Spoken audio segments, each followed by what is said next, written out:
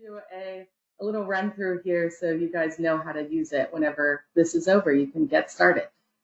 So first box that we're clicked on here is where you're going to put in your projected EFT revenue for this month. So if you hover on that box, it's going to show you the reports that you're going to use to get that number.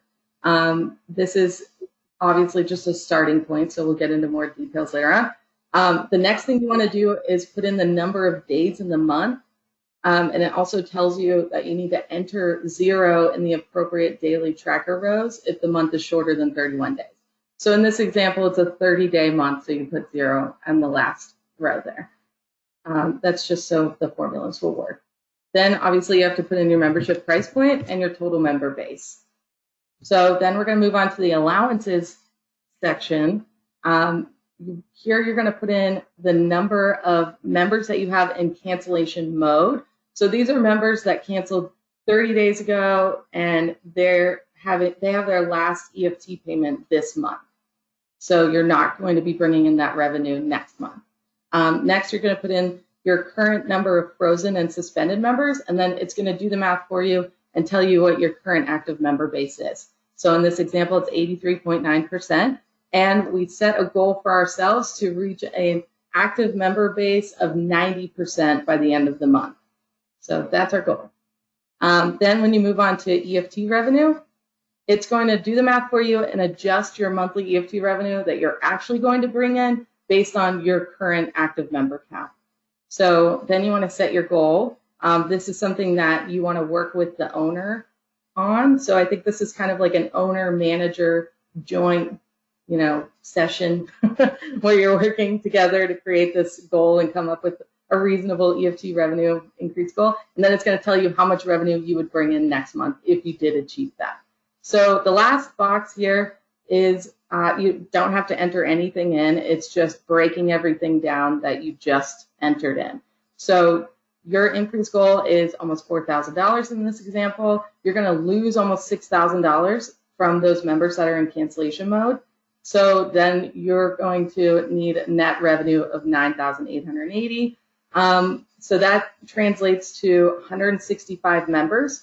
If you reach your 90% active member base goal by the end of the month, that would be reactivating 68 members. So you would just need to do 97 signups this month.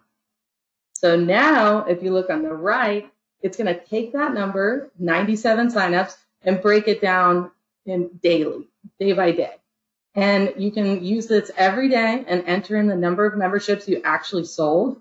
And it's going to adjust your daily goal based on that. So if you were to type in, say you were to be under your goal a couple days, it's going to go up a little bit.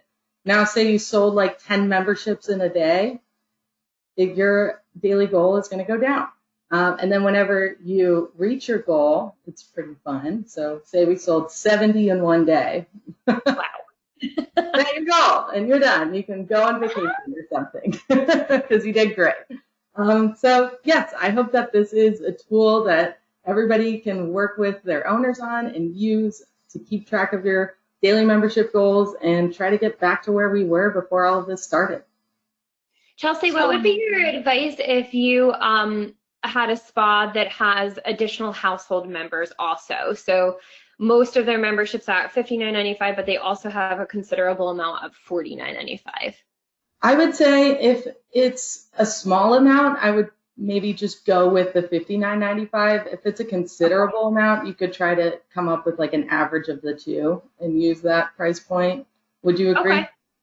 Yeah, no, I think that makes sense. So it's kind of just what percentage of the member base does that lower price point represent? Hopefully, I think a majority of our spas are moving away from even offering an additional household, so hopefully it's minimal. But even if you want to be more conservative and you just do the 55, I mean, you're absolutely gonna kill it with your goals if you take the more conservative side. So I think that's a good point. What I love the most about this, Chelsea, I mean, you know how much I love all of the work that you do. What I love about this, though, is you're putting this in front of spa associates also, and it translates to these bite-sized goals that they can certainly wrap their head around. But there's so much education on this side. And I think even for the managers that are on this webinar, it's kind of diving into what matters to a business owner. And I think a lot of these managers that are working for Handstone right now are future business owners. So to kind of have this opportunity of understanding revenue on a deeper level and having it broken down this way so they can wrap their head around, like, my goodness, this much revenue is being lost from our cancellations.